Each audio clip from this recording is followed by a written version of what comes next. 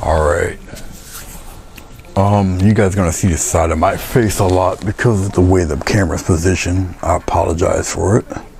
I'm gonna zoom in on the light, on the, not a lighthouse, but it's a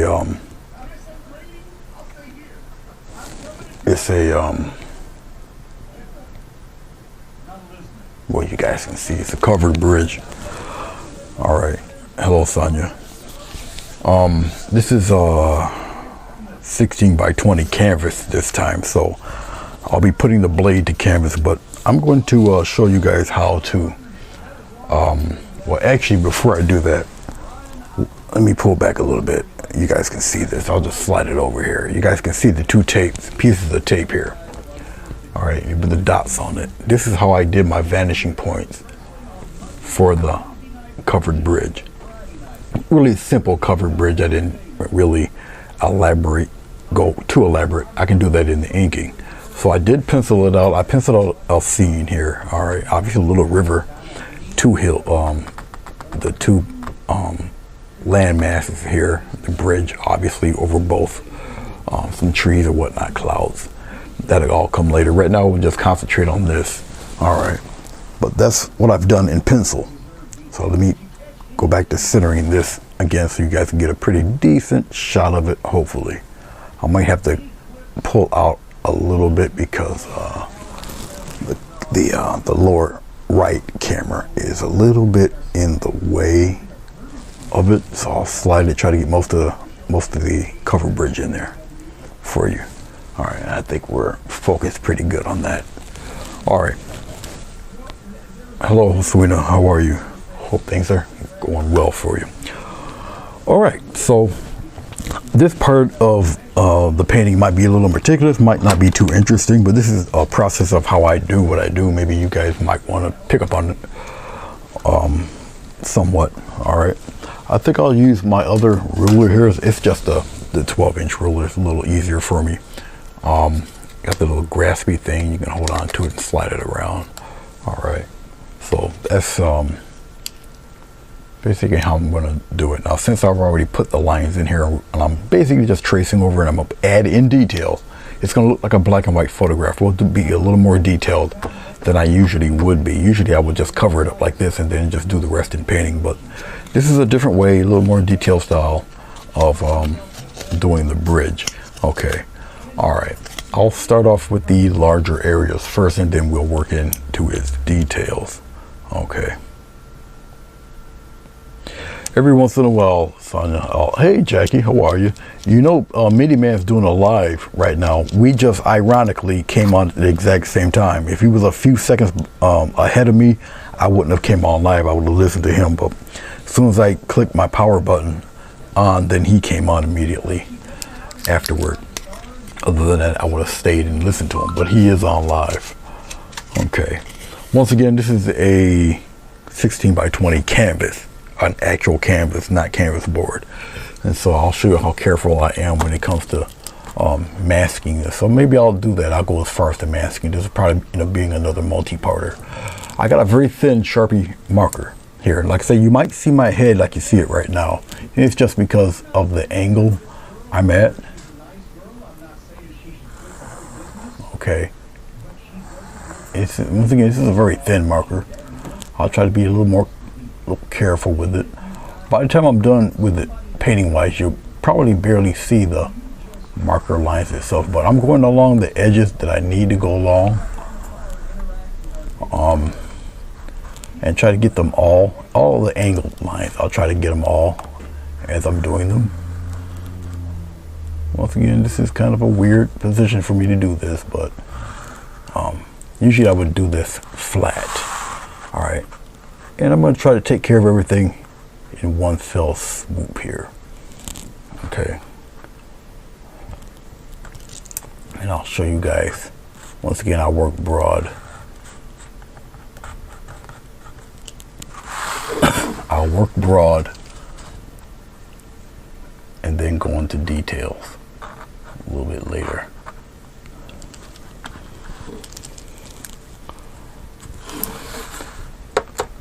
There's some of the angles, because this ruler is not the tallest ruler. It's not the longest ruler in the world. But I'm going to try to get, like I say, once again, get these angles right. Now, I figured it's starting to dry up on me. With a Sharpie marker, alcohol-based markers, they will tend to dry up on you if you're not using them. They got to be used. So it may dry up on you. You might hear notifications a lot if somebody does not know that I'm live. And I really don't want to stop in the midst of this, so they'll get the hint eventually. I won't be able to answer them. Once again, this is a thin marker. The reason why I would prefer to use a thin marker, because once I put the paint on, it usually covers up all of that. Alright. And alcohol-based markers dry immediately. So if you rub your ruler across it, it's not going to really make a smear line. And once again, this is canvas, so canvas will move on you. So if you're kind of heavy-handed, keep that in mind. I'm gonna go a little slower because canvas has tooth on it. Okay, and basically I just need a really good guide for the marker. I prefer a thin marker because once again I'm gonna paint this, so I really don't want a lot of black ink showing through. And you just basically trace over your lines. Be as exact as you can depending on how detailed you want your art. This one here I want a little more detailed, so obviously a little more time will be put into this. Okay, I usually try not to ink in this fashion, and it's just because of the angle that I'm doing this artwork on. Some of the shorter lines, like these angled lines here, I can pretty much do freehand. I've been doing it for a minute, and I can pretty much do a straight line that way. And this is a wooded structure, so it's also equally as easy to accomplish. Once again, I'm going to try to get all the angled stuff, all the straight lines, all the stuff I can get using the ruler. I'll do it now while I'm here. So you got to be kind of cognitive, pay close attention to it, and be aware that sometimes the canvas will move on you. When it comes to doing things in perspective, the way you've seen me do it now, it's very important to try to keep them all as exact as you possibly can. Alright, because if your perspective is off, you will know it, and the person that may be interested in buying your painting will also know it. So once again, be as precise as you quite possibly can. Alright, doing paintings like this is a little bit of a step beyond the Bob Ross wet on wet method. The technique is still there, but your subject matter is a little more precise, because he would probably do all of this with a palette knife. I can do so also, but when you do it like that, everything has a certain look to it. And if you want more of an architectural look, then this is the way to go. Okay, just saying. And so I decided to do a painting in this fashion, just for the architectural look of it. So it's not as loose. Alright, it's kind of more or less like an architectural study. You know, like someone's going to take it and actually try to build this thing. Alright. Yes, I appreciate it. You guys can drop your links on there. And no, Sonia, I'm not going to put your a covered bridge, the shame. I haven't actually painted a covered bridge in a minute. There's some subjects I haven't done in a while, and the covered bridge is definitely one of them. Once I do a few, I get bored, and then I'll just leave it alone. I'll come back to it later, and that's just basically how I approach a lot of my art. Some people really don't know what the heck I'm going to do from time to time because of that. Because I paint many subjects, many different genres and styles, and so you never really know. I got to be mindful that my head isn't in a way. I apologize. Okay. Now we even got some stuff going on in the inside of the barn here. Okay. And we'll keep that also in mind, which is another reason why I do use a thin Sharpie. And if you notice, I'm not doing the inside of these large, long, rectangular pieces.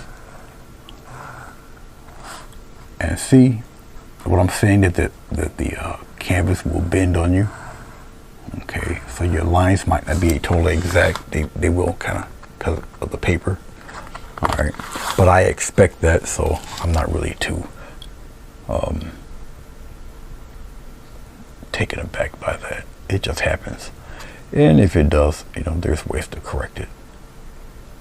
Of course, the covered bridge got to be supported by something, right?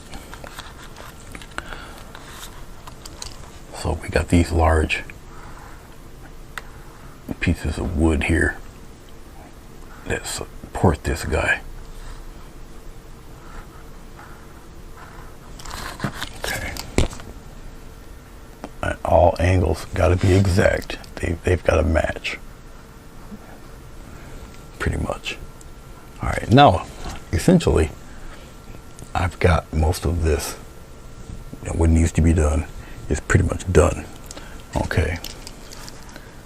I can freehand this part here. This part isn't too bad. When it comes to little details, here's the part where it can get a little tricky for you. It's now, what type of windows do I want? I kind of got what I want in mind. I can either do straight slats, or I can do the angle slats. I'm thinking in my mind I want angles. All right. Now, a smart person would do the angles in pencil, and not like I'm about to do, but I haven't been known to be that smart. So I got my guides here. Okay. And so I will slowly put the angles in. You gotta be careful doing this. Make sure your angles are at the correct angle. Okay. And with me doing what I'm doing, I have to look and see, because as the bridge is further away, these guys get a little smaller and smaller. So I have to kind of watch myself here and just see and concentrate on the placement of the angles. So I'm going to go with my ruler and just go in the opposite direction. I'm going from the bottom now. Okay, and once again, the further I go down, the more narrow the spaces will be in between them. So as I go toward the end of this guy, they'll appear to be a little closer and closer. So I can get away with a few being the same size, but they'll start getting shorter and shorter. Like from here, they'll get a little tinier. The spaces between it won't be as much. As you can see, I'm just gonna shorten the gap there. You can get away with a few of these being the same size, but as you once again get closer toward the end of the bridge there, they get a little more and more narrow. Okay. And keep in mind the angles. Like I say, this might be a little tedious for some. All and I can understand that. It's cool. All good. I'll keep it at that. I can get away with that. All right. And I can pretty much just about probably freehand these lines here.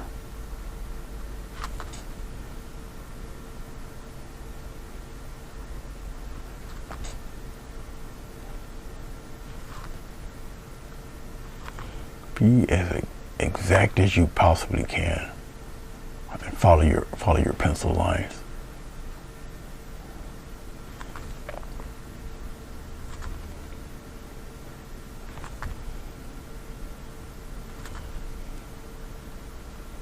It takes a little time. Every once in a while I will show a tutorial like this. Some people will get into it, some people may not. Once you get in, it just depends on what you like, what you get into. Alright. I am a lefty. I do draw and paint upside down. My hands anyway. It's just something I grew up with. I just naturally do it. Okay. Now, same thing with this fella. I'll go from here. Get yourself an angle. All right. Just like you see. You continue with that angle. I'm gonna bring these straight down so they really match the pencil guidelines there.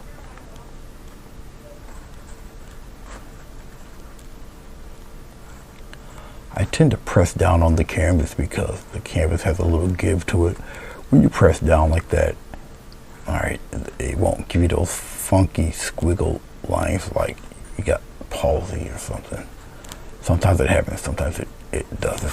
But usually you can correct it.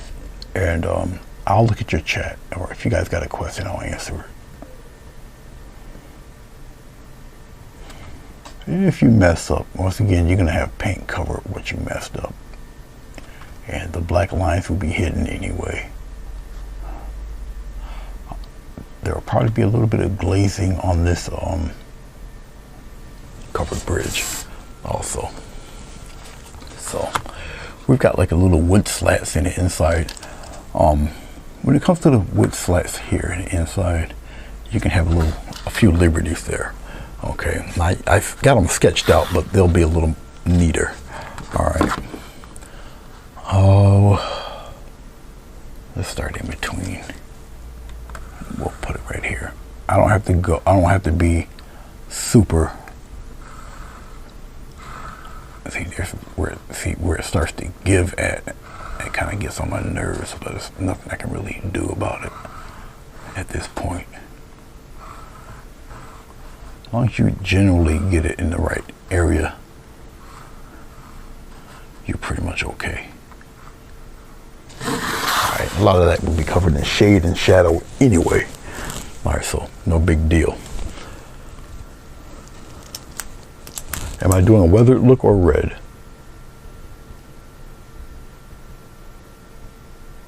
Hey Rob, if Rob's here.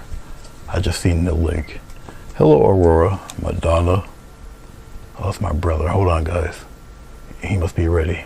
He'll be ready by 12:30. Looks like this. Okay, let me give him the thumbs up. I do have to pick up my brother from work. And it is now, I got 15 minutes. We can get this done in 15 minutes. Cross fingers. All right. So we have this so far. This is gonna be a short tutorial. Let me show you with the longer ruler. I got a 16-inch ruler here. All right, so I'm gonna do the wood for the sides here, okay? And you guys don't see yes, I can do it this way. Let's slide this over, like that. Nope, you guys still can't see it. Let's slide it over, like that. And let's raise this up so you guys can actually see what I'm doing here. All right. Anything on the left-hand side, the vanishing point is right here. Okay. All right, so I'll just do the wood grain. Okay. I see where I got my height at on this. I have to do a quick adjustment here. Hold on. I'll put the dot right here. All right, so I have to go from where that roof is. It has to be exact when you start doing wood panels like this. Okay. I'll make them a little thicker there.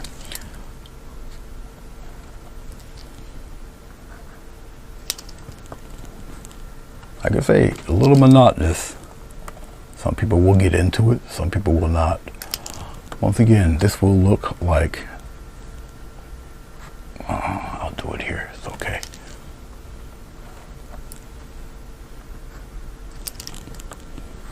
Now I'll go downward.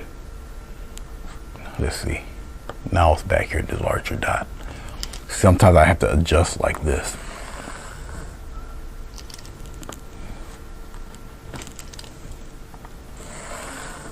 Try to keep them as even as possible.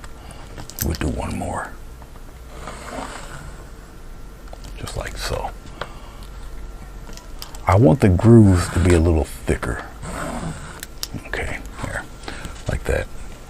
On the other side, let's put there it is. It's right there, way over there. Okay, you just match your one corner. Let's put this here for a second. You match your one corner right here. Match it, boom, and boom. Okay, we're gonna do the same thing on the other side. As long as you match that dot, you're good to go. Like I say, I've been doing this for a minute. Your perspective, your horizon lines look better when the horizon line, the vanishing points are way off the page. All right, your building looks more natural when the dots are off the page of the artwork. Right now, in the scheme of things, that dot is even off of my Avery board, so that your perspective isn't too angled and it looks kind of wonky, like it's crowded. I'm pushing the boundaries just with this in itself, but it's all right. It still looks somewhat pretty decent. Now, once you go above, you're doing the same thing, but you're now going in reverse. They all go towards the right here. I'm gonna keep it moving, keep it going. Always match that dot. Try to keep your slats even. All right.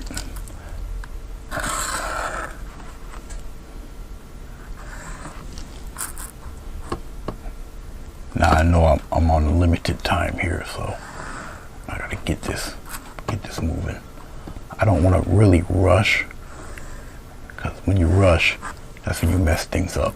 Once again, being on this canvas, they're not gonna come out too perfect because the canvas is starting to bend a little bit, so I have to be a little slower. I got a very busy day today. I gotta actually film a concert tonight, so I got a few stops to make.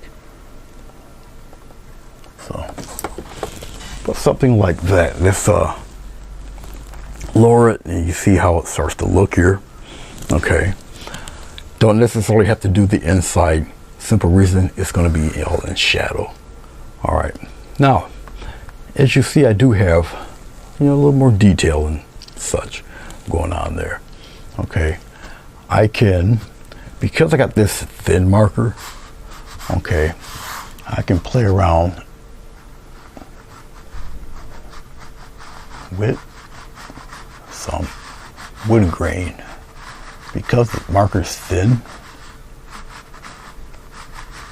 it just goes by fast. Your eye joins everything else. I make it look easy because I've been doing this for a minute. The lines that I'm putting on here are not as thick as the lines I previously laid down, so it actually looks like wood grain. See how quickly I can do this? Because your lines are thin.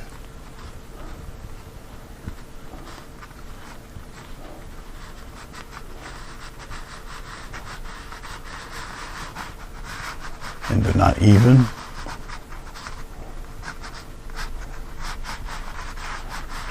Once again, they're kind of thin. But look what it's starting to look like there.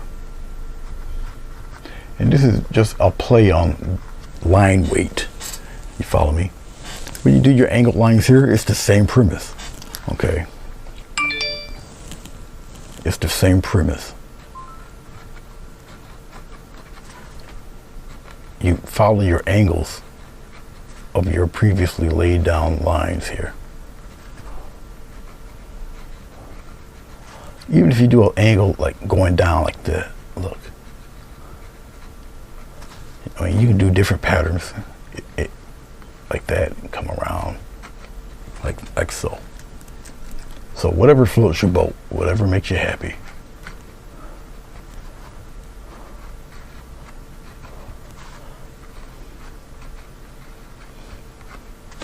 Once again, it will look like a photograph by the time all that color gets added in there.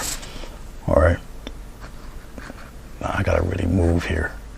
So sorry if it looks like I'm rushing, but I do got my brother to pick up.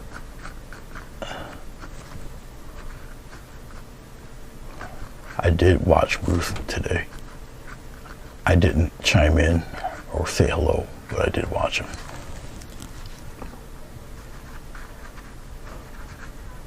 Actually, I had him on the TV screen, and I was looking at the chat a little bit. Once again, these lines don't have to be perfect. All right. Yeah, you guys can still see me. I'm using an alcohol-based marker, so it dries immediately. Your eye follows all of this. It starts filling things in. All right. If you don't want to do them in this, maybe you want to slant it like this. See, I can do slants. All right. I can get away with popping a slanted board in here in the midst of all of that turning. All right, just like that. So it gives your cabin a different look, but you're essentially following the lines of the two thicker lines in between. That's all you're doing. And now when I add lines like this, I probably won't use thick paint. I'll use glazes for this so some of those can show through. All right. Okay. Now, if I had more time, now these guys are darker. These are in shadow here. So I'm gonna, this is a lot of shading here. So I'm going slower. Going slower gives me a darker line, as you can see. And I'm putting them, matching them together. So now you got different contrast of lines there. Okay. And of course, obviously this fella back here, these are directly underneath. I usually wouldn't use such a thin marker to darken these lines, but I can fill these in with black. They're right underneath shadow. Same thing over here. I really wouldn't use a thin line marker to do all of this. I would use a thicker one. And it's just the sake of time, that's all. Like that. All right. I could add details or whatever on the roof, but it won't be necessary because I'll be doing that with paint. Okay, so as I'm looking at things here, I think we're pretty much somewhat of a done deal here as far as that's concerned. This let's take here, let me do this, add some more depth to the, I'll do it from here real quick.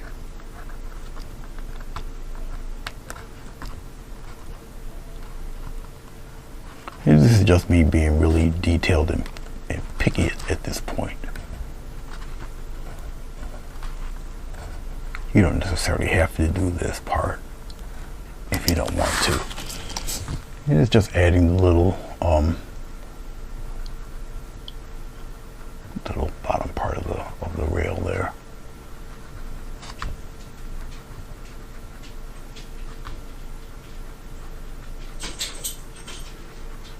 You don't have to, like I say, go in too deep with this if you don't want to, because the inside of the window will be dark, so it won't be black like this, but it will be dark. So this will be accentuated, and you can put your dark color over this black area, so it all gives the appearance of being filled in anyway.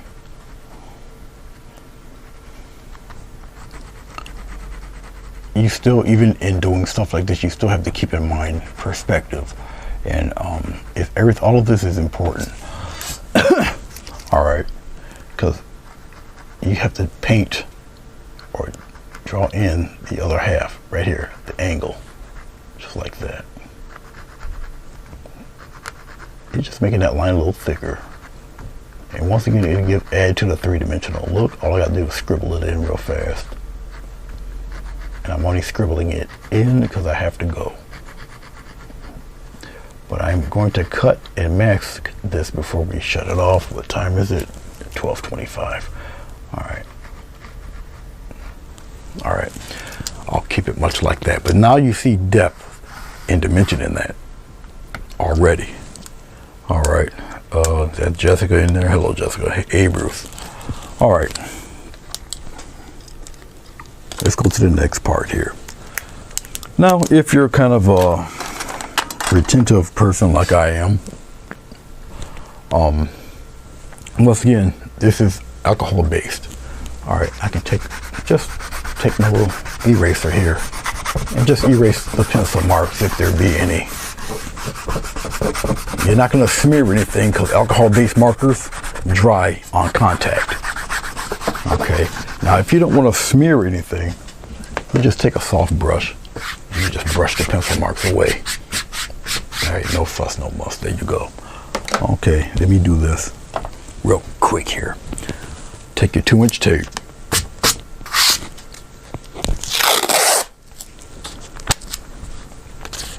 Make it easy on yourself. You see the top part of the roof?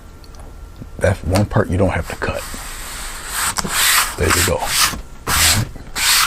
All right, that's one part.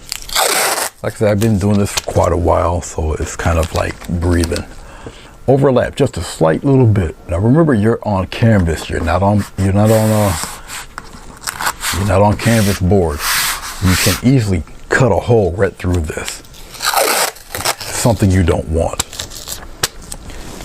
Having an extremely sharp blade would help in this. Okay, I'm just saying. Try to get it pretty straight with no air pockets on the artwork itself. I think I pretty much essentially just covered the whole thing. I know I got that little piece here, but that's, really, it's like, that's nothing. The easiest part of this, after you firmly put it on there, okay, you take your X-Acto knife. Be extremely careful here, because once again, you can easily poke right through this very lightly. Now, an extremely sharp knife would help with this, but you can feel it if you do this often enough. You can actually feel the cut, and you can also feel when you go way overbound and you really cut right through this canvas. Don't do that, because you can do that. An extremely sharp X-Acto knife would help. So please keep that in mind. And I'm just following the black line.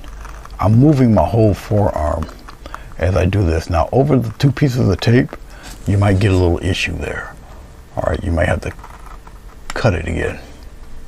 All right, let me do it this way.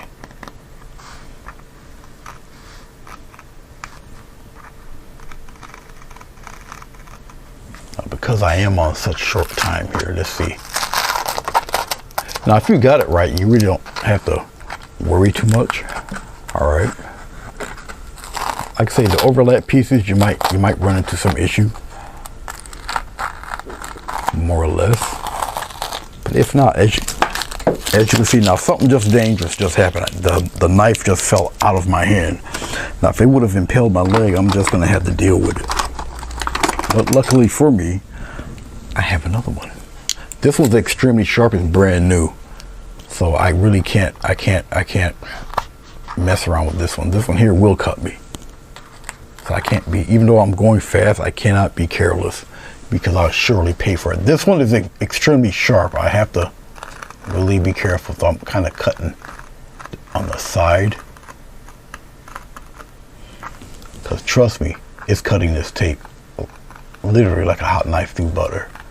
And I can turn on its axis, as you see me doing, because it's so sharp. Be very careful with this. And this one here I haven't used much at all, if any. So I got to be careful. As you see how sharp it is. Look at this. This is what I'm talking about. Be careful with this thing. Okay. Now, if I drop this, it will impale me. And that would just be bad mojo. I also cut my nails, so I can't like grab jack. There we go. There it is, guys. That's it.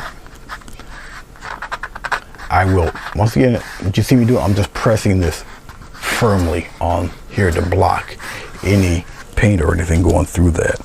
Let me seal this back up. I'll put this back in its little spot. My other knife is on the floor. I'm not going to worry about it right now. All right, but that's what she's looking like. All right. I do have to split. It is now 12:31. It'll be about 12:40 by the time I go get my brother. But I wanted to show you how I got it done. Once I do the painting, to which I'll probably continue this when I get back. Let me put it back to its original orientation there. Hold on. Bear with me, guys. But I will come back and we'll get the painting to be focused. This. Okay. Well, there you have it. All right. How easily you can get wood grain. Same thin marker. If you guys are curious about what marker I have, here it is. All right. It's nothing but a Sharpie marker. Now, it's very thin, as you can see. Just like an ink pen, but it's a true Sharpie marker. All right, you can get them at Walmart, pack of 6, pack of 4, whatever. It costs about $5, $6 for a pack of 4 or 5 of them. All right. Okay. But this is basically it. Once again, it's going to look like a black and white photograph depending on how much detail you put into it. All right. When finished. When you're finished. Once you're done with your initial drawing of it and you ink it in, all the rest is pretty much elementary after that. You know, you just cut out your shape. Okay, you can do this with a barn, people, horses, animals, whatever. Do this very same method. Once it's done, you can paint right over it. Don't worry about it. You're going to get your background situated, paint it all in. All right, and usually this will be the last step anyway, because any kind of shrubs or trees or whatever you want to put in front of the barn to establish depth, you have to do it after this is completed. All right, so now you still work from the back, then the tree back to the front. Okay, you handle it just like any other painting. And I should show you that when I get back in a little bit. All right, I do have to split. I got to go pick my kid brother up. All right, guys, thank you very much. I'll name this and do a thumbnail and everything like that later. But I do have to fly here. I got an extremely busy Friday because once again, I got a concert to record. And I mean, I won't be home till way after midnight. So when I get done taking my brother, picking him up and everything, I'll come back and we'll continue on with this. But thank you guys for coming in. And once again, when I come back on, those of you who I've given the rich to, drop those links. You have my permission to drop the links every time I'm on. All right. People do look at the replay. Okay. And I want people to know that there's some very talented artists. I'm reading you. I'm reading it, Houseweena. I'm reading your chat while I'm speaking to you guys. You're going to go live stream this evening at 7:30. I won't be able to watch it, Jessica, because I have to go to the church and show somebody how to run my audio video equipment tonight. And then right after the church, I have to leave and go. This is ironic. From church, I got to go to the casino to record a band. So I won't even be home. I won't even be able to be online because this is a job. I have to, you know, and I'm videotaping, so I won't be able to do it. But I know you'll do fine. Because it was turning out excellent. I seen your video yesterday. You just didn't know I was watching, but I was watching you. Okay, I gotta go. Guys, thank you very much. I shall see you when I see you. Peace.